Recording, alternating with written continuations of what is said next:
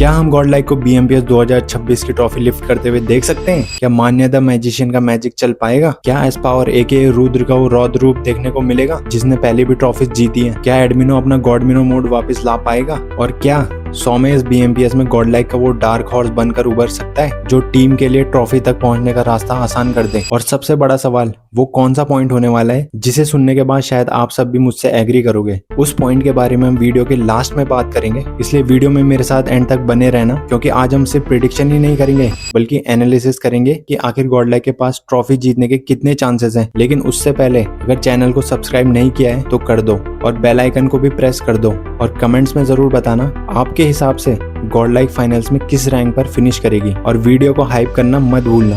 सबसे पहले बात करते हैं S power the super power. सबसे पहले बात करते हैं उस प्लेयर की जिस पर शायद गॉड लाइक फैन की सबसे ज्यादा एक्सपेक्टेशन टिकी हुई है, एस पावर। अगर गॉड लाइक को BMPS की ट्रॉफी जीतनी है तो सबसे बड़ा इम्पैक्ट जिस प्लेयर से चाहिए होगा वो एस पावर ही होगा, क्योंकि हम सब ने देखा है जब एस पावर अपने पीक फॉर्म में होता है तब पूरी लॉबी की इक्वेशन ही बदल जाती है। और खासकर लैन इवेंट में अगर हमें उसका पीक परफॉर्मेंस देखने को मिल गया तो गॉड लाइक की ट्रॉफी जीतने के चांसेस काफी बढ़ जाएंगे। सीधे शब्दों में कहूँ, अगर गॉड लाइक ट्रॉफी उठाती है तो उस ट्रॉफी के पीछे सबसे बड़ा इम्पैक्ट हमें एस पावर का देखने को मिल सकता है। जब भी एस पावर की टीम ने ट्रॉफी उठाई है सबसे बड़ा कंट्रीब्यूशन अक्सर उसी की तरफ से देखने को मिला है, और फिनिशर्स के नंबर्स भी इसी बात को सपोर्ट करते हैं। एस पावर की सबसे खास बात यह है कि अगर टीम का सपोर्ट कम भी हो तब भी वो सोलो डोमिनेशन करने का दम रखता है, और इसका ट्रेलर हमें BMPS राउंड 4 के मैचेस में देखने को मिल चुका है। लेकिन एक सच और है, जब से एस पावर गॉड लाइक का हिस्सा बना है तब से वो लगातार अपना वो फॉर्म नहीं दिखा पाया जो ब्लाइंड और VXT के वक्त देखने को मिलता था,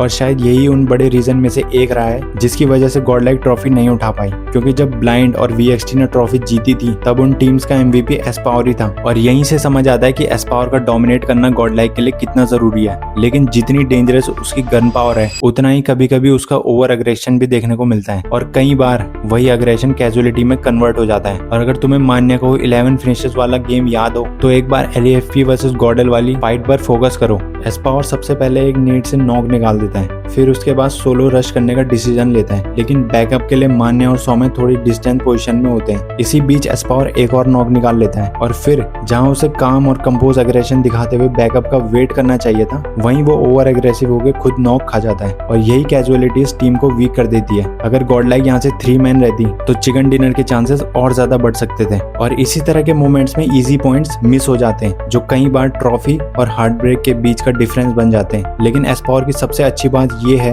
कि वो अपनी मिस्टेक्स को बार बार रिपीट नहीं करता, वो उनसे सीखता है। राउंड 4 के मिरामार की ये फाइट ही देख लो, या रोंडो का वो मैच जहां एस पावर ने 8-बिट को 1v4 किया था। दोनों ही सिचुएशन में प्रेशर के बीच हमें एक काम और कंपोज एस पावर देखने को मिलता है, और फाइनल्स में भी गॉड लाइक को इसी वर्जन की जरूरत होगी। मान्य द IGL। अब बात करते हैं गॉड लाइक के IGL मान्य की। मान्य ने अपनी असॉल्टिंग स्किल तो इस BMPS में काफी अच्छे से दिखाई है, लेकिन जब बात IGLing की आती है तो हमें ऐसी एक्स्ट्रा ऑर्डिनरी रोटेशन देखने को कम मिलती है जिन्हें देखकर हम कह सकें ये तो नेक्स्ट लेवल रोटेशन थी। सच कहूं तो गॉड लाइक का अब तक का सफर काफी हद तक टीम की गन पावर पर ही बेस्ड रहा है। टीम ने BMPS में 2 चिकन डिनर लिए और दोनों मैचेस में जोन शुरू से लेकर एंड तक उनके फेवर में ही रहा था। अब इसे तुम 2 तरीके से देख सकते हो, एक लक फैक्टर के रूप में और दूसरा जोन प्रेडिक्शन स्किल के रूप में। लेकिन उसका जवाब तो मान्य और टीम ही जानती होगी। लेकिन जब जोन फेवर नहीं करता तब मैचेस को कन्वर्ट करते हुए हमने गॉड लाइक को अब तक इस BMPS में नहीं देखा।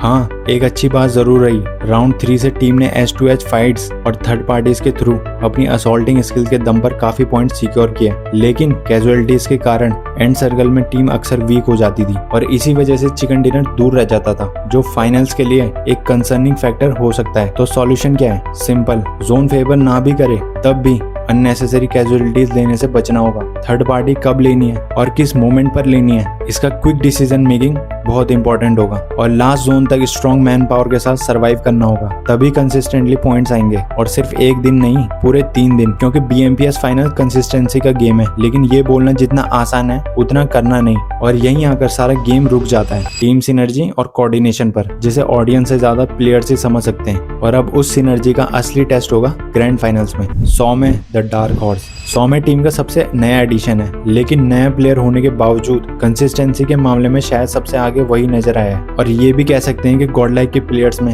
सबसे कम मिस्टेक्स हमें सौम्य की ही दिखी है। और जब से कोच स्मोकी ने स्काउटिंग का रोल सौम्य को दिया है, तब से गॉडलाइक का परफॉर्मेंस ऊपर ही ज्यादा दिखा है। सौम्य का फास्ट पेस गेम प्ले एस्पावर के गेम प्ले को परफेक्टली कॉम्प्लीमेंट करता है, और इसी वजह से ये डुओ चलना गॉडलाइक के लिए बहुत जरूरी है। और अगर फाइनल्स में तुम्हें सौम्य टीम का MVP नजर आ जाए तो बिल्कुल शॉक मत होना, क्योंकि उसकी गन पावर, गेम सेंस और प्ले स्टाइल तुम्हें ये सोचने पर मजबूर कर सकता है कि इतने फ्रैग उसने कैसे निकाल दिए। हाँ, मैंने पहले कहा था कि अगर गॉडलाइक जीती तो MVP एस्पावर हो सकता है, लेकिन अगर सौम्य MVP बनता है तो वो भी किसी सरप्राइज से कम नहीं होगा, क्योंकि उसकी skills genuinely one of the rarest player में से एक है। और जो चीज उसे एस्पावर से थोड़ा अलग बनाती है वो इसकी काम और कंपोज डिसीजन मेकिंग। अगर तुम्हें मान्या का 11 फिनिशेस वाला मैच याद हो तो उसी मैच में सौम्य का कंट्रीब्यूशन भी बहुत इंपॉर्टेंट था। अब उसका डैमेज ही देख लो, लॉबी में सबसे ज्यादा, और यही बताता है कि सौम्य वो फायर पावर कैरी करता है जो एक चैंपियन टीम के असॉल्टर में होनी चाहिए। नंबर्स की बात करें तो एस्पावर और सौम्य के फिनिशेस में ज्यादा डिफरेंस भी नहीं है,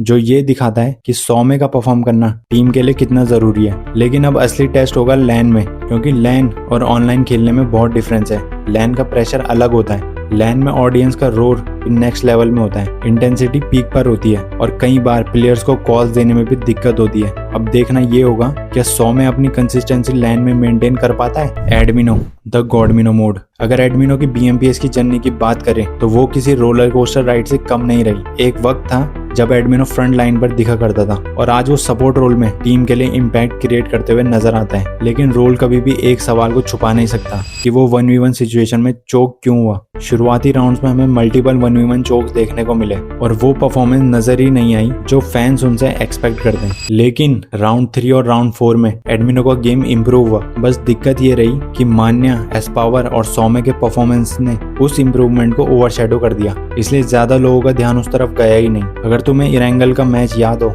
जिसमें टीम ने चिकन डिनर लिया था, तो एडमिनो ने उस मैच में 4 फिनिशेस लिए थे और टीम के लिए अपना इंपॉर्टेंट कंट्रीब्यूशन भी दिया था। लेकिन क्योंकि उस वक्त गॉडलाइक लगभग क्वालिफाई कर चुकी थी फाइनल्स के लिए, इसलिए ऑडियंस का फोकस एडमिनो की तरफ गया ही नहीं। बट इम्प्रूवमेंट तो हुआ है, लेकिन क्या ये इम्प्रूवमेंट ट्रॉफी जीतने के लिए काफी होगा? इसका जवाब हमें ग्रैंड फाइनल्स के वो 3 दिन ही देंगे।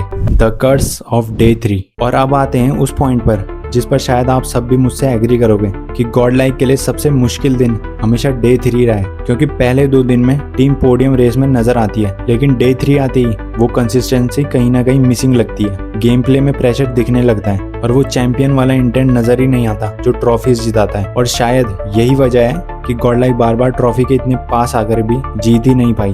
लेकिन इस बार कुछ अलग देखने को मिल सकता है, क्योंकि पहले जैसा फैन प्रेशर शायद उतना नहीं रहा, और कभी कभी कम प्रेशर भी एक ब्लेसिंग बन सकता है, क्योंकि फ्री माइंडसेट के साथ प्लेयर बेटर डिसीजन ले पाते हैं, कॉलिंग्स इंप्रूव होती है और कोऑर्डिनेशन स्ट्रांग होता है, सिनर्जी पीक पर पहुंच सकती है, और वही चीजें मैचेस में एक्स्ट्रा पॉइंट्स दिलाती हैं। तो क्या यही फैक्टर इस बार गॉडलाइक का गेम बदल सकता है? अगर टीम फ्री माइंडसेट के साथ अपना A1 फायर पावर लेकर तीनों दिन खेली तो ट्रॉफी को गॉडलाइक बूट कैंप पहुंचने से रोकना बहुत मुश्किल हो सकता है। कमेंट्स में जरूर बताना क्या तुम भी इस बात से एग्री करते हो, और तुम्हारे हिसाब से गॉडलाइक फाइनल्स में कैसा परफॉर्म करेगी। मैं तो फुल कॉन्फिडेंट हूँ बॉटम 5 तो नहीं आएगी। If you know you know. और एक मैसेज उन फैंस के लिए जो गॉडलाइक को सपोर्ट करते हैं, चाहे डे 1 और डे 2 अच्छा ना जाए फिर भी टीम को सपोर्ट करते रहना, क्योंकि कमबैक करना गॉडलाइक जानती है, और BMPS क्वालिफायर्स में टीम ने ये सबको दिखा दिया था। तो आज की वीडियो में इतना ही, मिलते हैं नेक्स्ट वीडियो में, तब तक के लिए गुड बाय।